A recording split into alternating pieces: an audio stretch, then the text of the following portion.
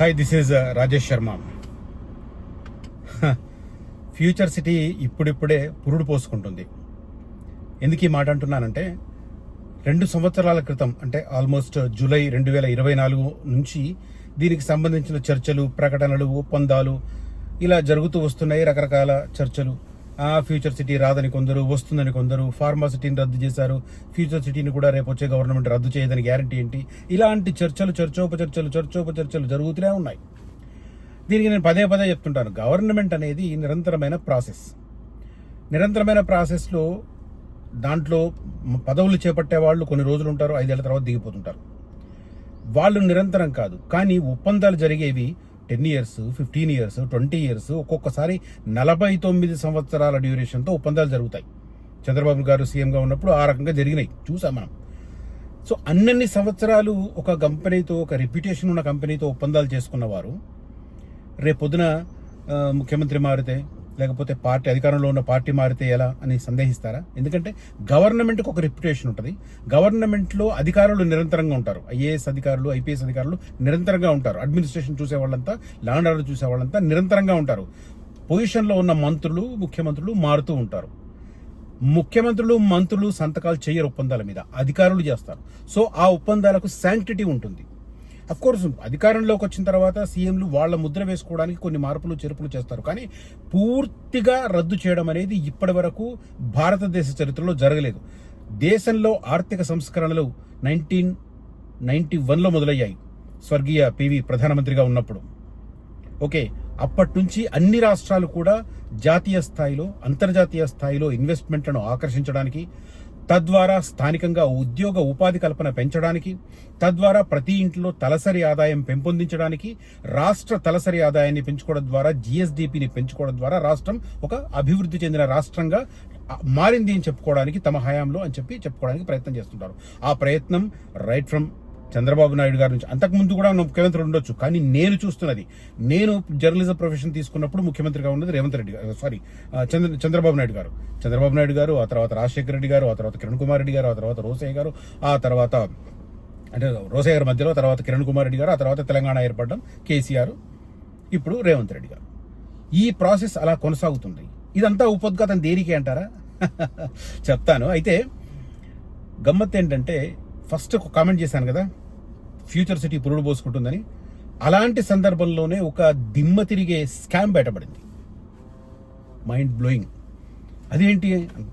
Yes, అంటే ఈ scam అక్కడ ఇన్వెస్ట్ చేస్తున్న సామాన్యులకు, మధ్యతరగతి వాళ్ళకు సంబంధం లేదు, భూములు కొంటున్న వాళ్ళకి సంబంధం లేదు. కానీ ప్రభుత్వ ధనాన్ని కొల్లగొట్టేందుకు జరిగిన ఒక ప్రయత్నం, ఆ ప్రయత్నం స్కామ్ రూపంలో బయటపడితే, ఒక మీడియా సంస్థ దాన్ని బయటపెడితే, దాని మీద ఏకంగా ఇప్పుడు సిఐడిని ఇన్వెస్టిగేషన్కు రంగంలోకి ప్రభుత్వం దింపబోతుంది. ఆ లెవెల్లో ఫ్యూచర్ సిటీలో ఒక స్కామ్ జరిగింది. ఆ స్కామ్ డీటెయిల్స్ నేను ఈ వీడియోలో చెప్తాను. రైట్? ఇప్పుడు నేను ఇందాక ఈయనకి చెప్తున్నాను కదా, అంటే ప్రభుత్వాలు మారితే విధానాలు మారుతాయా? విధానాలు డెఫినెట్గా మారుతాయి, వాళ్ళకు అనుగుణంగా చేసే ప్రయత్నం చేస్తారు. కానీ ఇన్వెస్టర్లను ఆకర్షించే విధానం మాత్రం ఏ ప్రభుత్వంలోకి ఎవ్వరు వచ్చినా జరుగుతుంది. గత ప్రభుత్వంలో కేటీఆర్ అదే పని మీద ఉన్నారు, ఈ ప్రభుత్వంలో రేవంత్ రెడ్డి గారు అదే పని మీద ఉన్నారు. అటు ఆంధ్రప్రదేశ్ తీసుకుంటే గతంలో ఫస్ట్ టర్మ్ చేసిన చంద్రబాబు నాయుడు గారు అదే పనిలో ఉన్నారు, ఆ తర్వాత జగన్మోహన్ రెడ్డి గారు వచ్చిన అదే పని చేశారు, ఆ తర్వాత ఇప్పుడు మళ్ళీ రెండోసారి చంద్రబాబు నాయుడు గారు విభజిత ఆంధ్రప్రదేశ్కు ముఖ్యమంత్రి అయిన తర్వాత లోకేష్ గారిని అదే పని మీద పెట్టారు. ఎంత గమ్మత్ అంటే, సరిగ్గా 2 ఏళ్ళు అవుతుంది ఇప్పుడు అక్కడ ఎన్డీఏ ప్రభుత్వం ఏర్పాటై ఆంధ్రప్రదేశ్లో. ఆయన మంత్రిగా పదవీ బాధ్యతలు చేపట్టిన తర్వాత ఫస్ట్ వెళ్ళింది దావోస్లో సదస్సులు ఎందుకు జరుగుతాయి?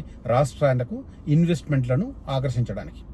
ఇన్వెస్టర్లను ఆకర్షించడం, వాళ్లకు భూములకు సంబంధించిన మిగతా వ్యవహారాలను వారికి అరేంజ్ చేయడం, తద్వారా ఉద్యోగ కల్పన, ఉపాధి కల్పన చేయించడం, తద్వారా రాష్ట్ర తలసరి ఆదాయాన్ని పెంచుకోవడం. ఇది దేశవ్యాప్తంగా ప్రతి రాష్ట్రం అనుసరిస్తున్న విధానం. ఈ విధానాన్ని అనుసరించని కొన్ని పార్టీలు బెంగాల్ లాంటి చోట పూర్తిగా భూస్థాపితమయ్యాయి.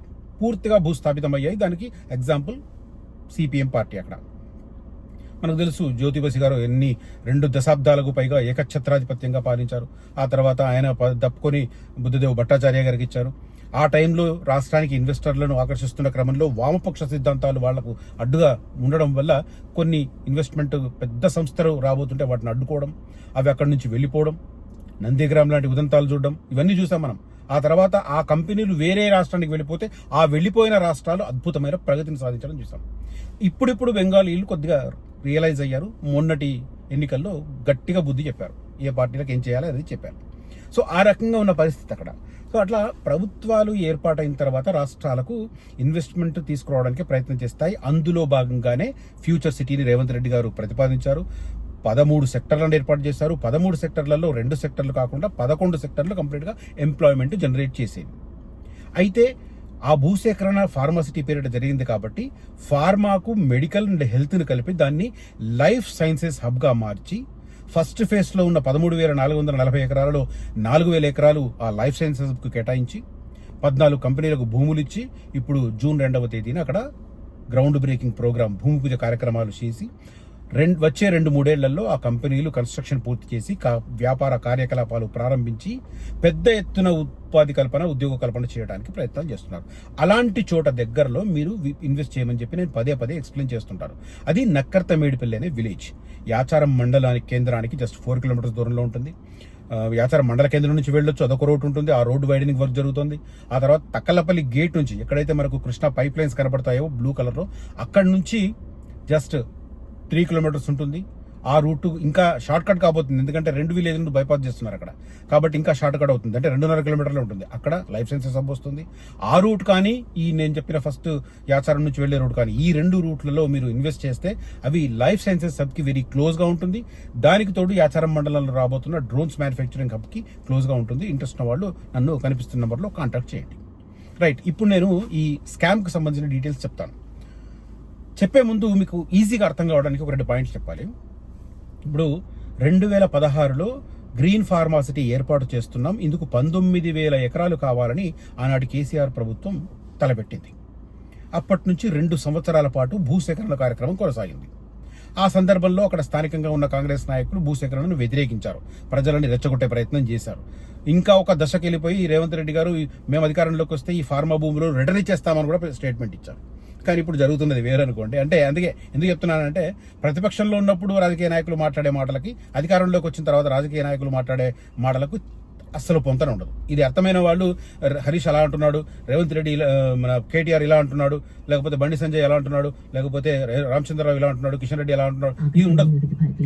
సో అట్లా ఆ యాంగిల్ ఆలోచించినప్పుడు మనకు ఇవన్నీ క్లియర్గా లోతుగా మనకు అర్థమవుతుంది. సో ఆ రకంగా మనం వెళితే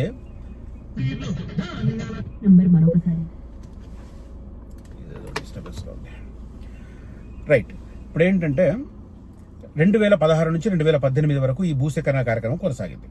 అప్పట్లో ఏంటంటే పట్టా ల్యాండ్స్కి ఇంత అని, తర్వాత అసైన్మెంట్ ల్యాండ్కి ఇంత అని ప్రభుత్వం పరిహారాన్ని ఖరారు చేసి రైతులకు చెల్లించింది. ఈ చెల్లింపు ప్రక్రియ కూడా ఆల్మోస్ట్ 2019 కల్లా పూర్తయింది.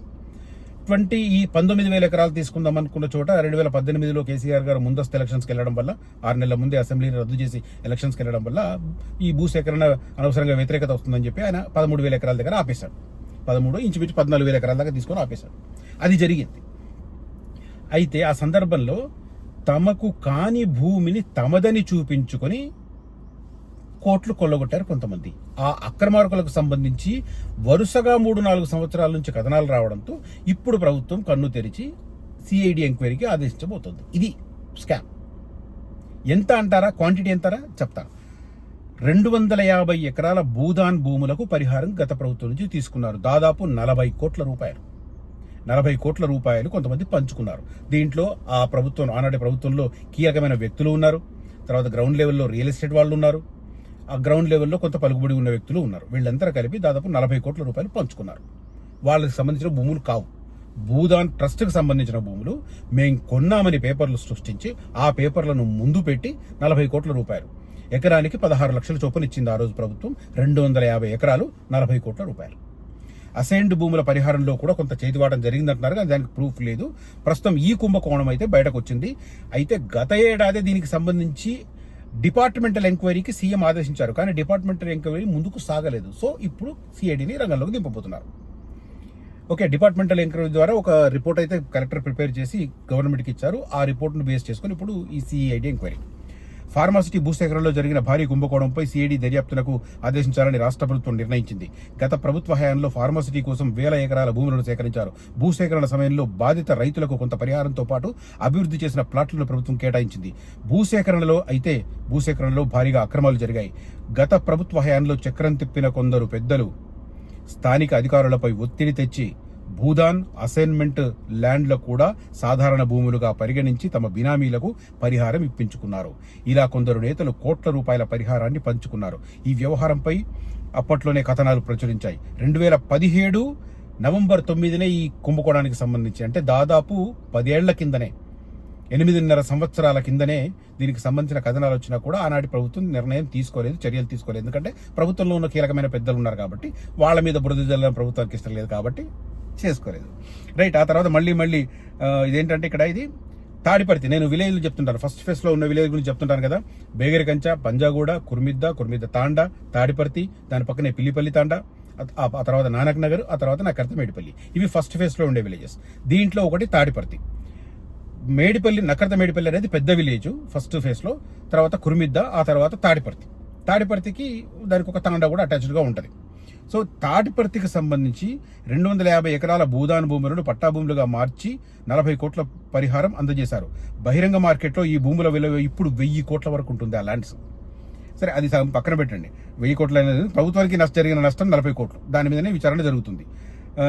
జిల్లా యంత్రాంగం నివేదికను ఇటీవల రాష్ట్ర ప్రభుత్వానికి పంపింది. కుంభకోణంలో అధికారులతో పాటు కొందరు ప్రజాప్రతినిధుల పాత్రలు ఉన్నట్టు రావడంతో దీనికి సంబంధించిన చర్చ కొనసాగుతుంది.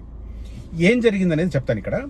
ఫార్మాసిటీ భూసేకరణ కోసం యాచారం మండలం తాటిపర్తి, నక్కర్త మేడిపల్లి, నానక్ నగర్, కురుమిద్ద గ్రామాల్లో భూములను సేకరించారు. GO number 123, GO number 40, GO number 120 ద్వారా వేరువేరుగా భూసేకరణ చేశారు. ఇందులో యాచారం మండలంలోని తాటిపర్తి పరిధిలో 104 సర్వే నంబర్లో 250 ఎకరాల భూములు ఉన్నాయి. ఈ భూములను కొందరు దాతలు 1955లో భూదాన్ యజ్ఞ బోర్డుకు దానం చేశారు. 1955లో భూదాన్ యజ్ఞ బోర్డుకు దానం చేశారు. 1997లో రాష్ట్ర ప్రభుత్వం రెవెన్యూ రికార్డుల్లో కూడా ఈ విషయం నమోదైంది. అంటే దాదాపు 42 సంవత్సరాల తర్వాత 2006లో రంగారెడ్డి జిల్లా కలెక్టర్ ఈ భూమిని భూదాన్ భూములుగా పేర్కొంటూ సర్క్యులర్ కూడా జారీ చేశారు 2006లో. వేరే వివాదంలో 2013లో ఇవి తమ భూములేనంటూ భూదాన్ యజ్ఞ బోర్డు యాచారం తహసీల్దార్కు లెటర్ కూడా రాసింది. ఇది ఎప్పుడు 2013లో. ఆ తర్వాత 2-3 ఏళ్లకే కథ కమామిషు జరిగిందనమాట. ఈ భూములను ఫార్మాసిటీ కోసం సేకరించారు. ఆ సమయంలో కొందరు స్థానికులు సాగు చేసుకుంటున్నారు. వారు కూడా కాకుండా ఈ భూమికి సాగు చేసుకుంటున్న వాళ్ళు కూడా కాకుండా వేరే వాళ్ళు ఎంటర్ అయ్యి ఈ భూమికి హక్కుదారులమంటూ హైదరాబాద్ నుంచి కొందరు తెరపైకి వచ్చారు. వాటిని కొనుగోలు చేశామని హక్కులు క్లెయిమ్ చేసుకున్నారు. రెవెన్యూ అధికారులు భూసేకరణ సమయంలో వాటిని పట్టా ల్యాండ్లుగా పరిగణించి ప్రైవేటు వ్యక్తులకు ఎకరాలకు 16 లక్షల చొప్పున 40 కోట్ల పరిహారం చెల్లించారు. దీని వెనక అప్పటి ప్రభుత్వంలోని కొందరు నేతలు, అధికారుల హస్తం ఉన్నట్టుగా ఆదేశాలు. దీంతో రెవెన్యూ శాఖ అధికారికి డిపార్ట్మెంటల్ ఎంక్వైరీ చేయించడం, కలెక్టర్ రిపోర్ట్ ఇవ్వడం, ఇప్పుడు లేటెస్ట్గా దాని మీద సిఐడి ఎంక్వైరీకి రంగం సిద్ధమైంది. సో ఇది పరిస్థితి. ఓవరాల్గా ఫార్మాసిటీ వేళ్ళు అనుకుంటున్న సందర్భంలోనే, పురుడు పోసుకుంటున్న సందర్భంలోనే 40 కోట్ల రూపాయలు కుంభకోణం బయటపడింది. మరి ముందు ఏముంటాయో చూడాలి. అఫ్కోర్స్ ఇది ఇక్కడ చెప్తున్నాను, ఇది ఏదో అక్కడ భూములు చిన్న ప్లాట్లు కొనుక్కునే వాళ్ళకి సంబంధం లేదు. మనం మిడిల్ రేంజ్, మనం మంచిగా సెక్యూరిటీగా ఉన్న వెంచర్లలో అప్రూవల్స్ ఉన్నవి, లింక్ డాక్యుమెంట్స్ పర్ఫెక్ట్గా ఉన్నవి, మనం అవసరమైతే అడ్వకేట్ ఒపీనియన్ తీసుకుని రీజనబుల్ ప్రైస్కు కొనుగోలు చేస్తాం కాబట్టి మనకు ఇబ్బంది ఏం రాదు. ఇది గవర్నమెంట్ వ్యవహారంలో వాళ్ళదు. కాకపోతే ఫార్మాసిటీ ఫ్యూచర్ సిటీ కాబట్టి, నాకు ఆసక్తి కాబట్టి నేను ఫ్యూచర్ సిటీ విషయంలో ఏమాత్రం చిన్న ఉప్పందినా కూడా ఆ సమాచారాన్ని మీకు అందించే ప్రయత్నం చేస్తాను కాబట్టి నేను ఈ వీడియో చేశాను. ఈ కంటెంట్ కనుక నచ్చితే ఈ వీడియోను లైక్ చేయండి, నలుగురితో ఈ వీడియోను పంచుకోండి. Thank you so much for watching this video. Signing off Rajesh Sharma. జై హింద్.